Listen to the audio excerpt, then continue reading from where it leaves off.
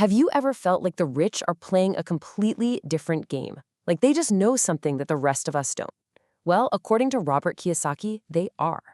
Today, we're going to break down his 5 foundational principles for building real, lasting wealth.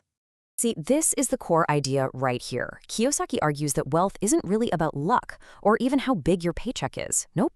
It's about understanding and playing by a very specific set of rules. And that's exactly what we're here to do, reveal those rules.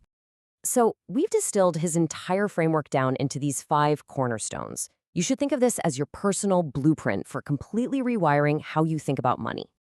Okay, first up, cornerstone 1, make more money. Now, I know what you're thinking. That sounds pretty obvious, right? But the secret here isn't just about chasing a bigger paycheck. It's about a fundamental, deep down shift in your mindset. And here is that fundamental shift in action. Most people work to earn a salary. The focus is the paycheck.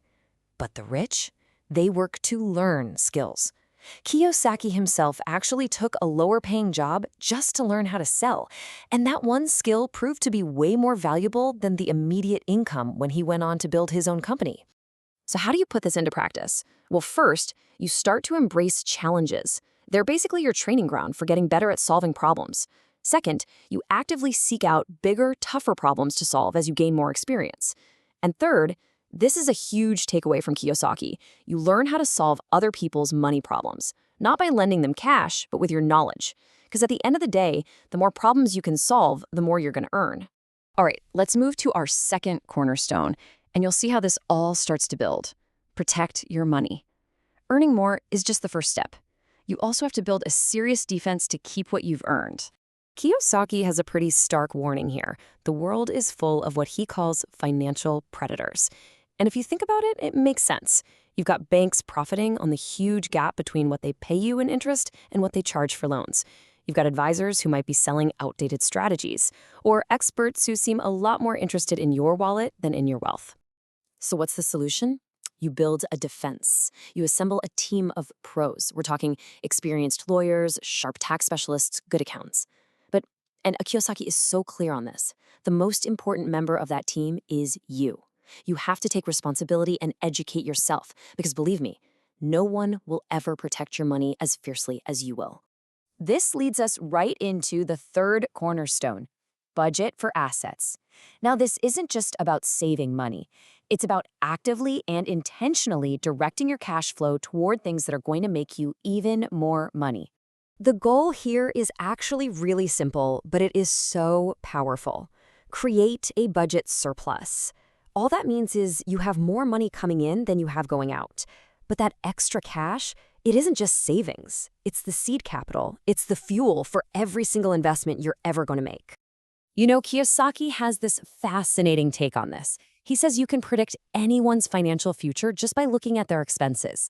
Is your money flowing towards consumer goods that lose value, or is it flowing towards assets that grow in value? The answer to that question is your crystal ball. So this brings up a great question. If the rich are so focused on buying assets, how in the world do they afford luxuries? You know, nice cars and vacations. Do they just not buy them? Oh, they buy them. They just buy them differently. It's this brilliant little move called the asset-first approach. So instead of spending their capital on a liability, like a new car, they use that same capital to buy an asset. Let's say it's a rental property. Then, the cash flow from that property is what pays for the car. What's the result? Well, they get the luxury item and their original capital is still intact and working for them. It's a total game changer.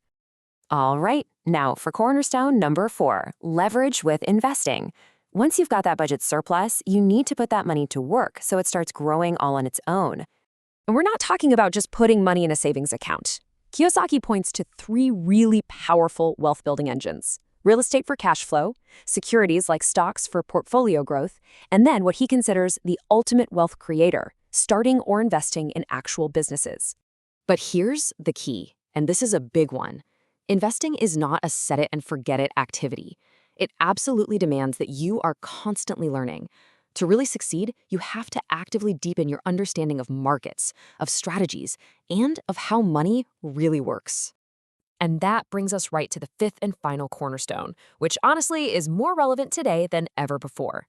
Master your information. This is the skill that ties all of the others together. I mean, we are just drowning in information these days. And as Kiyosaki says, too much information kills information. It just leads to analysis paralysis, right? So the true skill isn't just finding information anymore. It's knowing how to filter it, how to process it, and frankly, what to ignore. And the single most vital skill in this area, it's being able to distinguish a fact from an opinion. An opinion is flimsy, it's like a house of cards. A fact, though? That's a solid foundation. Every single significant financial decision you make has to be built on a foundation of verifiable facts, not on some hot tip or what somebody guesses might happen. So, how does this all fit together? Kiyosaki calls it being financially holistic. The best way to think about it is like a set of 5 gears in a machine. You can't just focus on turning the make more money gear while ignoring the protect your money gear. All 5 have to be working in perfect sync, reinforcing each other to really drive you forward. But even with this complete blueprint, there's one more element, one essential ingredient that activates all 5 of these cornerstones. And without it, none of this knowledge really matters. That ingredient is courage. It's the courage to ask for a raise or to finally start that business, the courage to question a financial advisor, the courage to invest when everybody else is fearful and running for the exits. Without action that's driven by courage, all of this knowledge is just theory. And so we're going to end with a question for you. You now have the blueprint. You understand the 5 cornerstones. The only thing separating you from a completely different financial future is taking action. So what's the first courageous step that you are going to take?